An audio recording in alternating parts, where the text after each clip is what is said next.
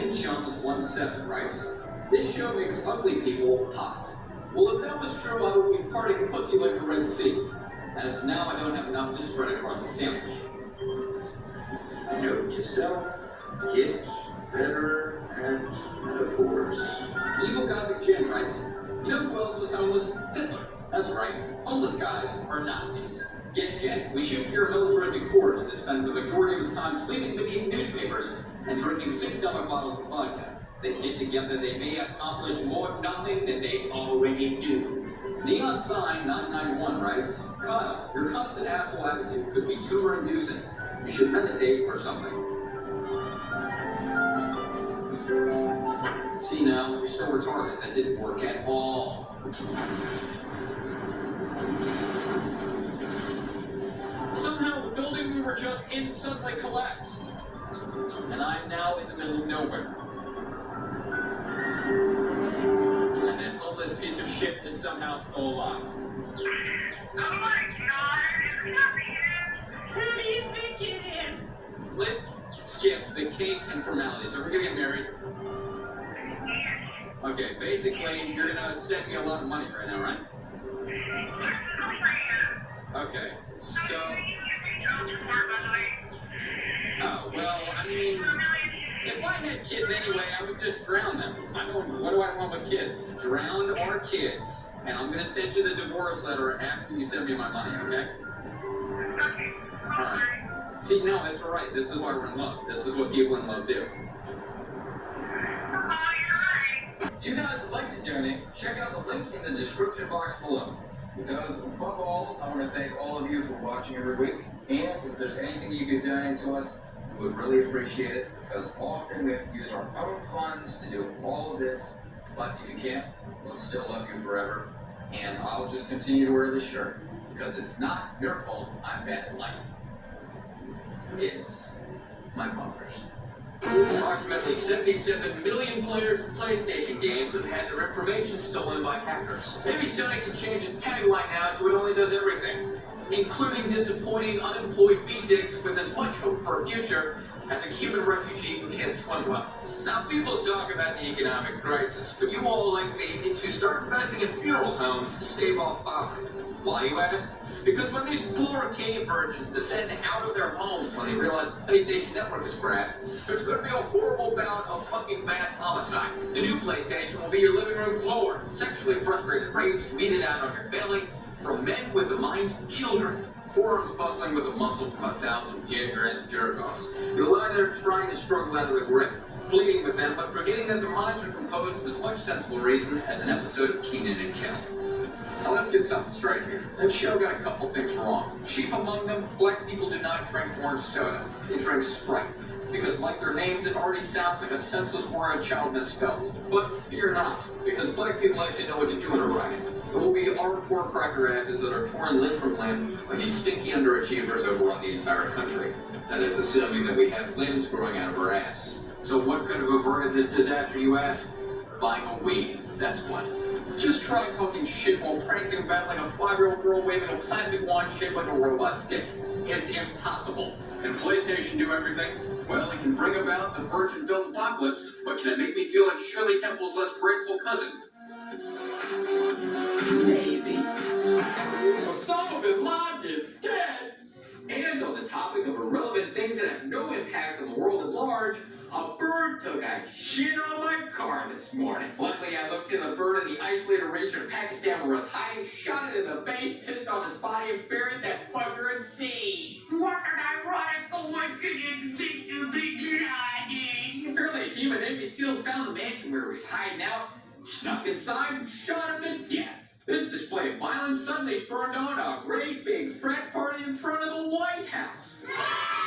Did somebody die? Fuck it, let's drink some beer. This now adds insensitive reactions to global affairs to the modern douchebag's ever-growing resume of inappropriate decisions. Falling somewhere between high-fiving over a wicked night of date rape and still high-fiving over a wicked night of date rape once said douchebags realized they actually drunkenly fucked each other in the butt. Kyle, why aren't you celebrating me asking an overly enthusiastic manner such as today?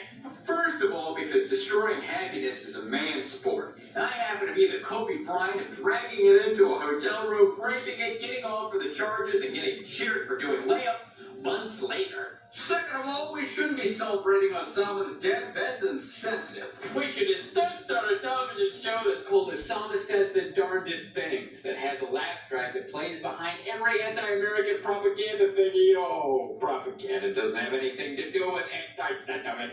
Change the angle so people forget I'm stupid. No, I actually don't look any more intelligent in a high angle. Oh, good God. By the way, I actually contemplate the bragging rights of the Navy SEAL that shot Osama bin Laden. My wife came in and told me that one night she drunkenly had that guy pop her weasel hole. Well, I have to tell her that, hey, you should probably come up with a more tasteful analogy for sex. It's called a euphemism.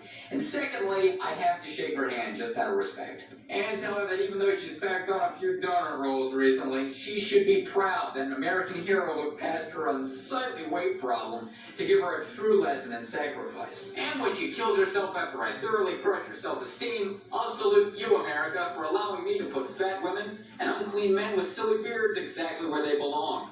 That was politically correct, right, guys? Anybody? I can get away with it, right? Ah, shit.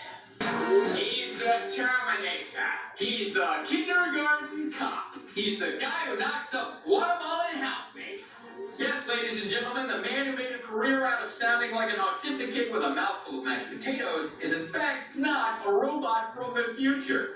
No, Arnold Schwarzenegger is just a man who has secret babies. And rule of thumb, don't have secret babies! Because one day that secret baby's gonna show up on your doorstep. And someone's gonna go, who the fuck secret baby is that? And I'm not gonna be able to tell you, cause I'm just a phone. I work a shit job, I don't have a life, or a wife, or another rhyming thing that most people have inside of their homes. Cause I can't own a home, cause thumbs can't get house insurance. Because we can't open doors, cause we're missing our other fingers. Do you get the picture I'm painting for you? And when it points its chubby finger at you, you're gonna have to do the responsible thing and move to Canada. But trust me, bad idea. Canada is like the slimy abortion that resulted from Russia and France having drunken sex one night, and 9 months later slinging that nasty fetus to rest like a hat of shame on top of the United States. And it's cold, full of people that speak French, and moose. I mean, seriously, when the fuck has anyone ever said that a moose was their favorite animal? Hey, you know that thing that looks like Forrest Whitaker bent over with horns on its head? Yeah, that's my favorite animal. So there's nothing to like about Arnold Schwarzenegger, Canada, or secret babies. I wonder if when he dropped the news to his wife, he did it with a silly catchphrase like he used to use in his films in the 80s. But since he's just way past his prime when he said it, he fucked it up horribly. Hey Maria, remember when I took those vows and said you'd be the last woman I ever slept with? I lied. And then he grabs her by the hair and shoves her head into a central air unit. Sounds like you're back on the track to success, Mr. Schwarzschnurger. Yeah, now the fuck to say your name. Yes, ladies and gentlemen, if you would like to check out this young man's fine channel, please do, because he helped donate selflessly because he is an amazing man. Maybe not as great as Teddy Roosevelt, but who gives a fuck, because he's dead. This guy's alive. So go click right here if you would like to subscribe to his channel, check out his videos, and again, I thank him from the bottom of my heart, wherever that cold black piece of charcoal is. So, ladies and gentlemen, the ideas you have to choose from for next week's sketch are the aptly named The Man Who Was Too Funny, or antidepressant pills that are actually bullets. Between those two ideas, pick which one you would like to see the most, leave your comments in the comment area below, and the individual who leaves the most comments in favor of his or her favorite idea will get featured in my sub box for the next week. So go on and comment, and thank you again for watching, and I'm gonna go back to being a complete and utter fuck up. Thanks guys, see you later.